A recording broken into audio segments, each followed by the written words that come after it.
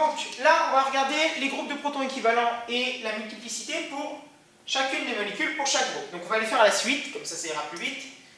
Donc là, vous avez dans cette molécule-là qui est symétrique, vous aurez donc ces 3 protons et ces 3-là équivalents entre eux. Et vous aurez le CH2 qui est là et celui-là équivalents entre eux. On a 2 groupes de protons équivalents, donc nous aurons 2 massifs. Combien de pics dans chaque massif? Donc on va regarder les CH3, c'est pareil, on en regarde un parce qu'ils sont équivalents entre eux, on ne regarde pas le deuxième. Ils ont combien de voisins? Ah ben 2, c'est tout. Donc 2 plus 1 égale 3. Les CH3 sortiront sous forme d'un triplet. Les CH2, pareil, on ne regarde pas les deux, ça ne sert à rien parce que c'est les mêmes. Le CH2, ils ont combien de voisins? 3. Celui-là, il en a combien? 3. Directement. Celui-là, on ne le compte pas, bien sûr, puisque c'est le même que celui-là. Donc, on regarde un seul des deux. Celui-là, on ne regarde pas, donc celui-là, il ne nous concerne pas. Celui-là, il est tout seul. Il a combien de voisins? 3. Donc, 3 plus 1, 4. Celui-ci sortira sous forme d'un quadruplet, les CH2. Celui-ci, là, en l'occurrence, la molécule n'est pas symétrique. Il n'y a pas le même environnement chimique comme il peut y avoir ici. Donc, vous avez ceux-là qui sont équivalents entre eux. Vous avez ceux-là qui sont équivalents entre eux. Et ceux-là qui sont équivalents entre eux. Et le bromure, on ne s'en occupe pas. On regarde, encore une fois, que les protons. Donc, ce CH3-là, combien il a de voisins? 2. Il sortira donc sous forme d'un triplet. Celui-là, ce CH2-là, combien a-t-il de voisins? 3 plus 2, 5. Plus 1, donc 6. Il sortira sous la forme d'un sextuplet. Celui-ci, combien de voisins il a? Combien de protons il a de voisins? 2. 2 plus 1, 3.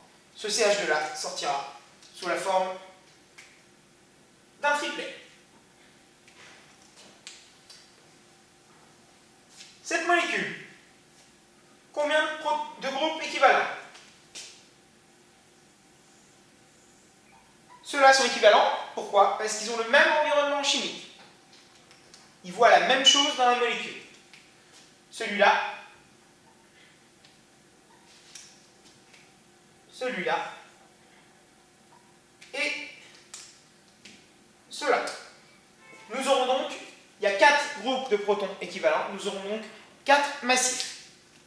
La multiplicité, ce CH3-là, combien il a de voisins? Il en a 2, 2 plus 1, 3. Ce CH2-là, combien il a de voisins? 3, plus 1, 4, donc plus 1 pour la multiplicité, ça fait 5. Le CH2 sortira sous la forme d'un quintuplet. Ce H là, il a combien de voisins? 2. Et là, en l'occurrence, on n'étudie pas les deux CH3, parce qu'on ne les étudie pas comme massifs, on les regarde comme voisins. Donc, comme voisins, on les compte tous les deux, même s'ils sont équivalents entre eux. Donc, ce CH, il a combien de protons voisins? Il en a 2, plus 3, 5, plus 3, 8. Et plus 1 pour la multiplicité, ce qui fait 9. Ce H, sortira sous la forme d'un anucléo. 9 pics dans le massif. Ces CH3-là, donc ils sont équivalents entre eux. Cette fois-ci, on n'en regarde qu'un seul. Ils ont combien de voisins? Un seul. Plus 2, plus 1, ça fait 2. Il sortira sous la forme d'un doublet. Et encore une fois, je répète, quand on étudie des protons équivalents en tant que voisins, on les compte tous les deux. Donc c'est pour ça que le H ici, il a 2, 3 et 8.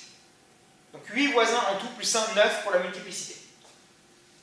Ici, combien de protons équivalents? Bah, ces deux-là, c'est pareil que là. Je les ai disposés différemment pour exprès vous perturber et vous montrer qu'on peut avoir une disposition différente, mais ils ont le même environnement chimique, ils auraient pu être là et là, comme ici.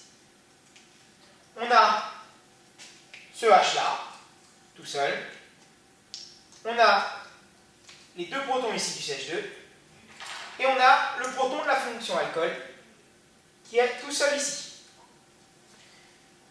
Quelle multiplicité? On va commencer par le proton de l'alcool, de la fonction alcool. Donc, je vous ai dit, même s'il a des voisins, quoi qu'il arrive, même s'il a des voisins, il sortira sous la forme d'un singulier. Donc ici, même s'il a deux voisins, on ne s'en occupe pas, il sortira sous la forme d'un singulier.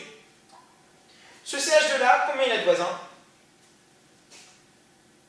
Il en a un ici, et théoriquement, il en aurait un là.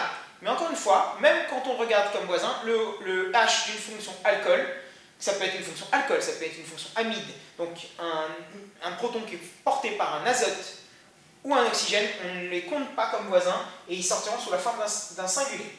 Donc là, ce CH2, il a un proton voisin, celui-là, on ne s'en occupe pas, donc un seul, 1 plus 1, 2, il sortira sous la forme d'un doublet. On va bien repérer.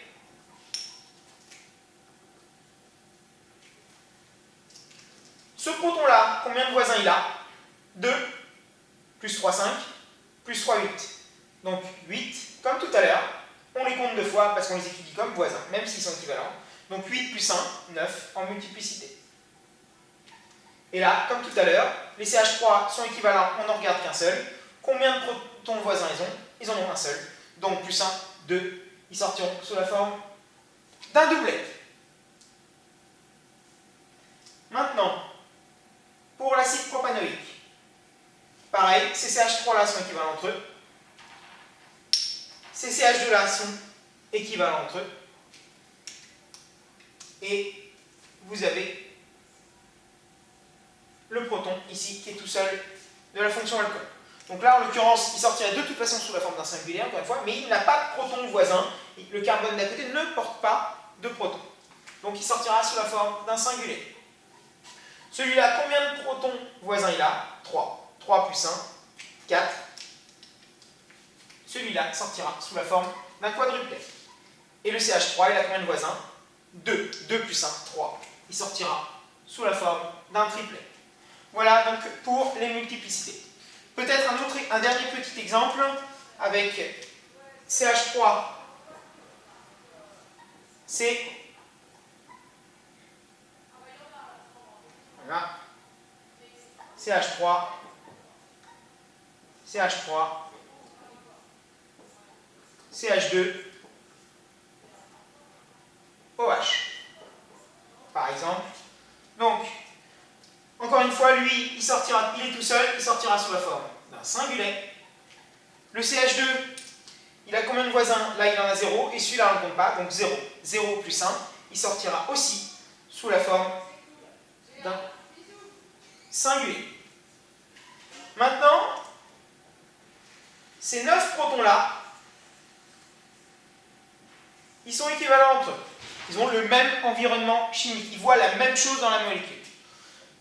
Donc, on va les regarder, on va étudier, on n'en regarde qu'un seul, ils ont combien de voisins? 0. Donc ces 12 protons-là sortiront sous la forme d'un singulier. Voilà un petit peu ce qu'on pouvait dire sur la multiplicité. Et dans la prochaine vidéo, on va étudier spécifiquement leur déplacement chimique et leur courbe d'intégration.